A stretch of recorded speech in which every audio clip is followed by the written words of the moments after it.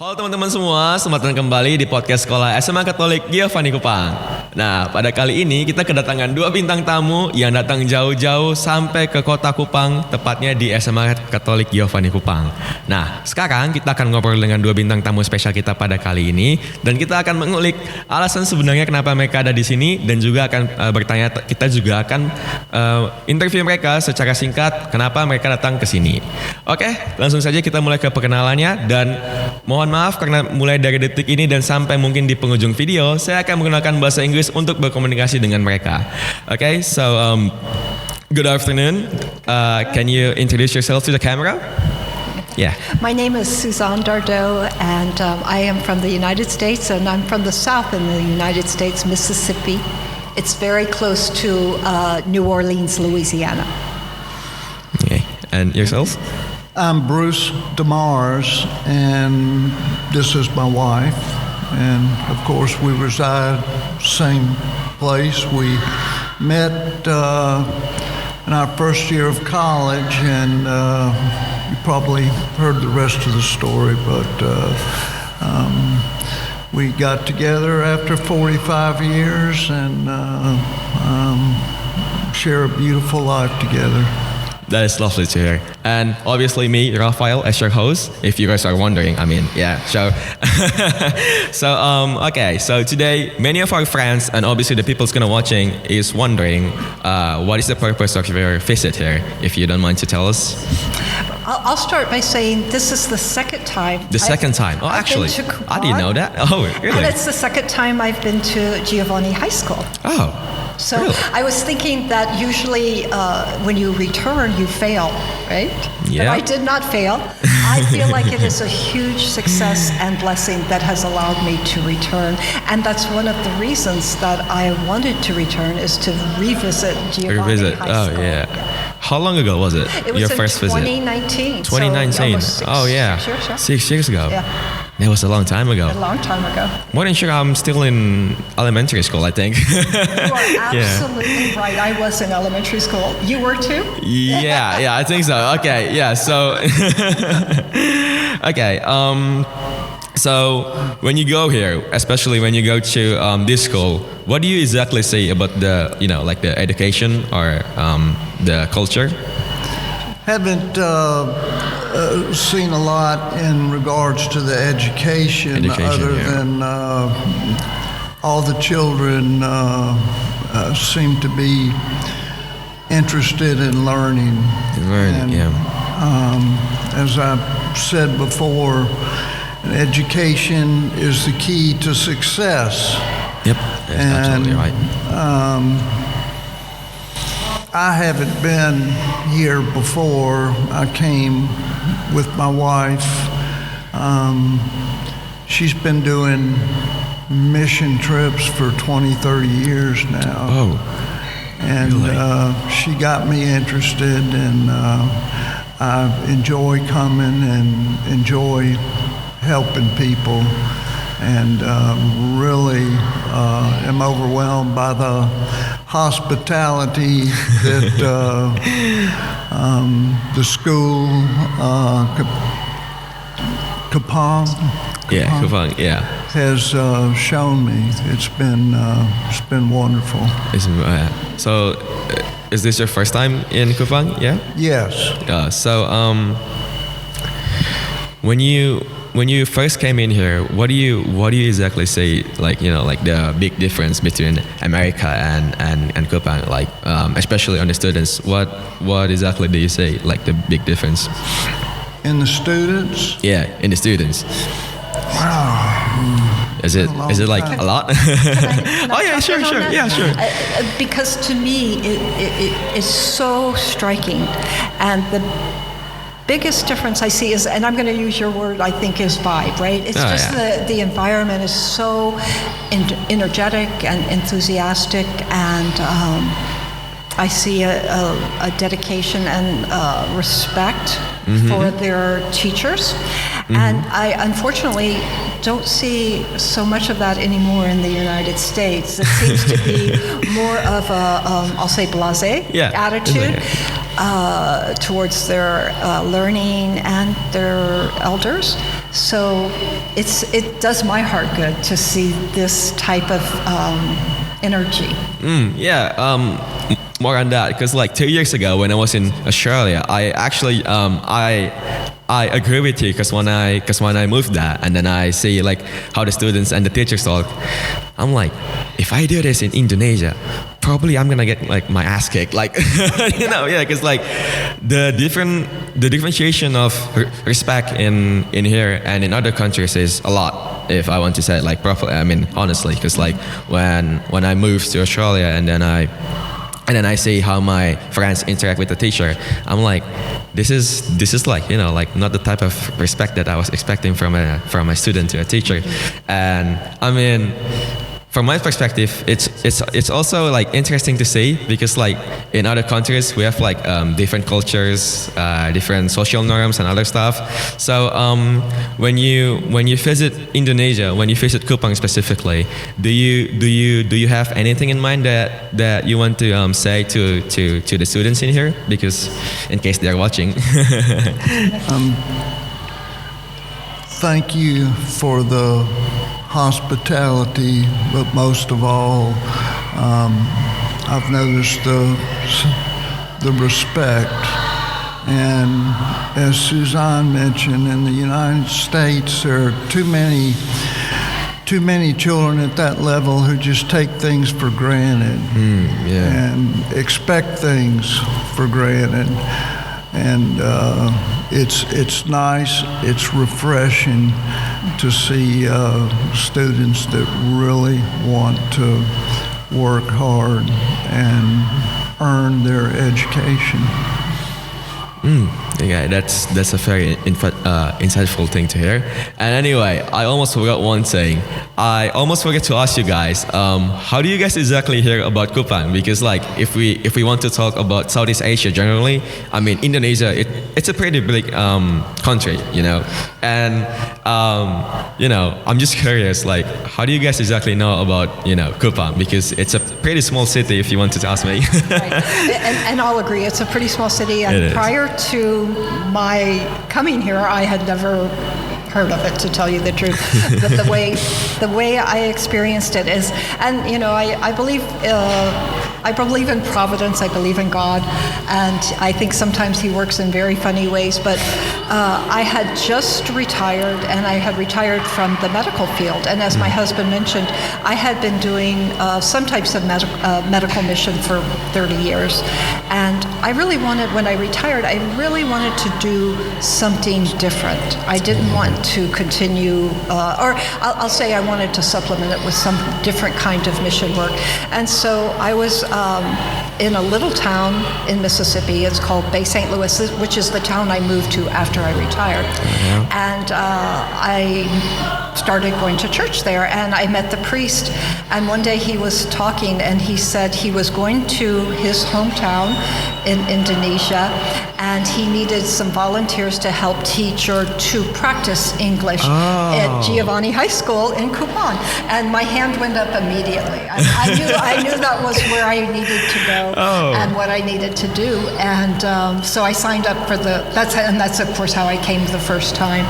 And I have to say, when I came, I met Mr. John.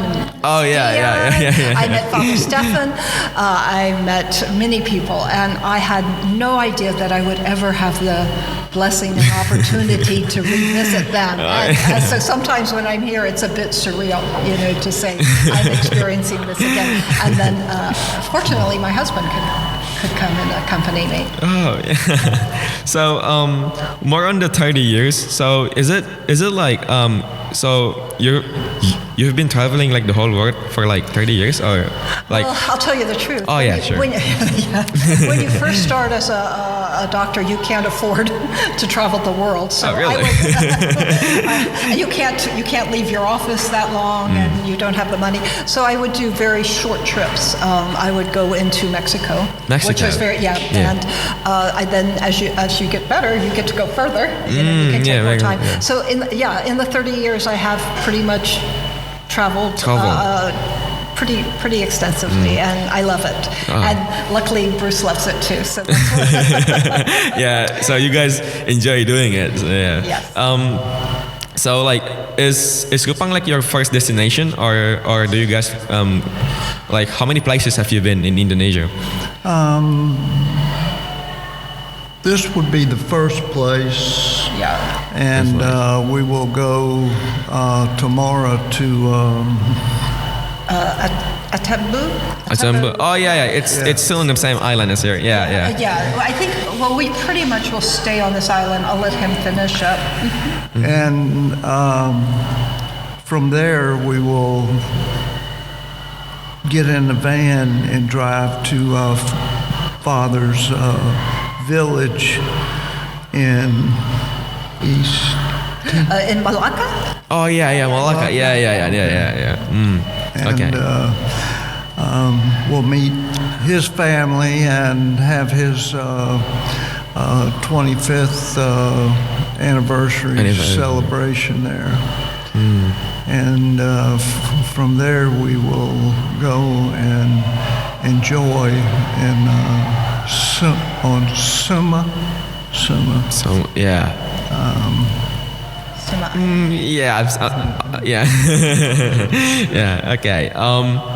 So just as you mentioned that you were in the health industry, it actually got me curious. Why a doctor,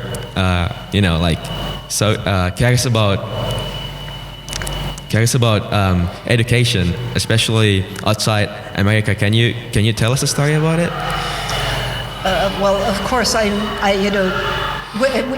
we were talking about this morning, about how important education is and how important it is to obtain skills that are usable for your life. You set your life's tone by your choices that you make at a very, very early age. And sometimes I feel like I can think back to when I was young, and I think sometimes we're ill prepared, unfortunately, to make some of the decisions that we're making that will set the course of our life. But education is so important to that. And I don't want to sound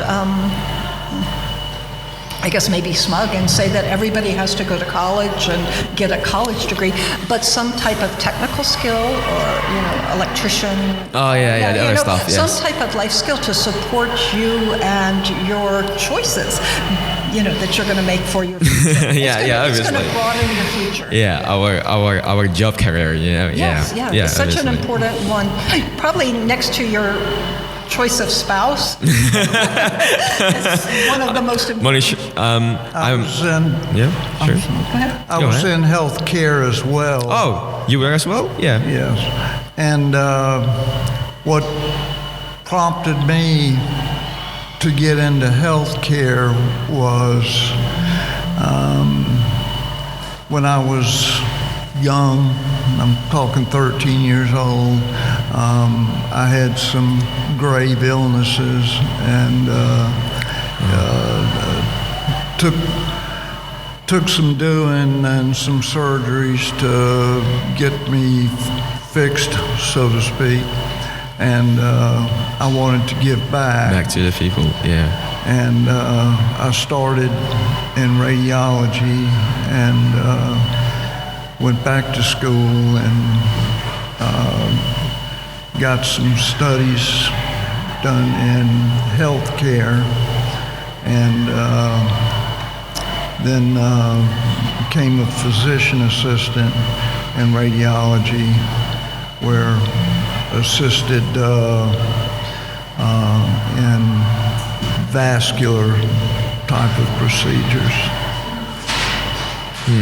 Okay. We're gonna talk more about education, okay? Because right now Indonesia, it's going through in terms of education because there's like a new curriculums and all the other stuff. So I didn't understand. I'm sorry. No, it's okay. I didn't understand. So basically, in Indonesia, there's a a lot of change in the education system, especially more than sure the Indonesian government now they want students to be more creative instead of being smart. What's your take on that? Do you believe that students need to be like smart, or do you believe that students need to be more creative? Yeah. Interesting question. Yeah. And I don't think it's mutually exclusive, that you can't be both. Both, yeah. And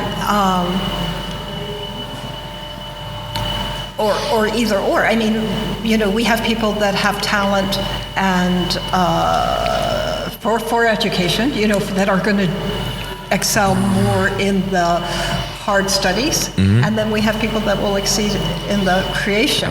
So they can go both ways. They can go both ways. Yeah, it doesn't have to be one or the other.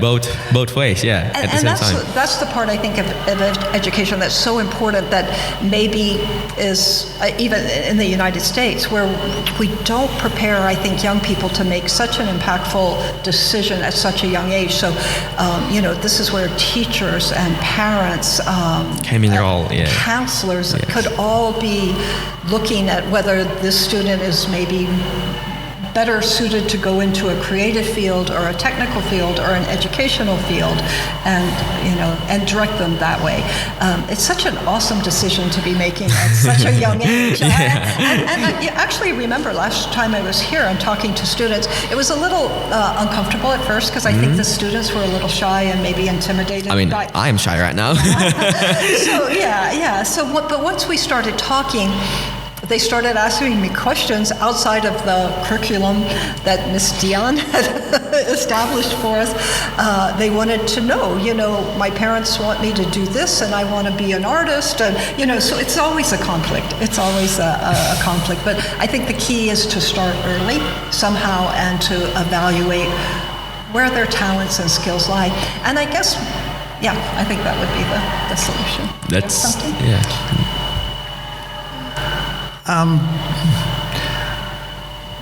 I think the most important, in my opinion, would be education. I think creativity is good, but without the know-how to do something, I'm not sure where the creativity is going to take you.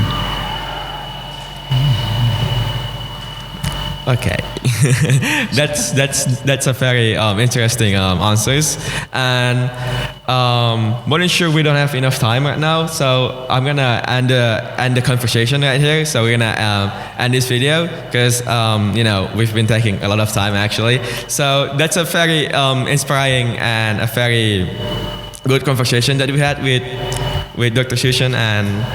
I'm sorry, I didn't get your name. Bruce. Yeah, it's been a wonderful conversation with you guys, and thank you guys for watching. Terima kasih sudah menonton. Kita sudah mendengarkan kisah-kisah dari mereka dan juga alasan kenapa mereka datang ke sini, dan juga mereka juga sudah memberikan beberapa pengalaman-pengalaman mereka pribadi dengan alasan-alasan kenapa mereka bisa travel sejauh ini ke Indonesia, apalagi di kota Kupang. Oke, sekian dari saya. Terima kasih telah menonton. Sampai jumpa pada episode kita selanjutnya. Dadah.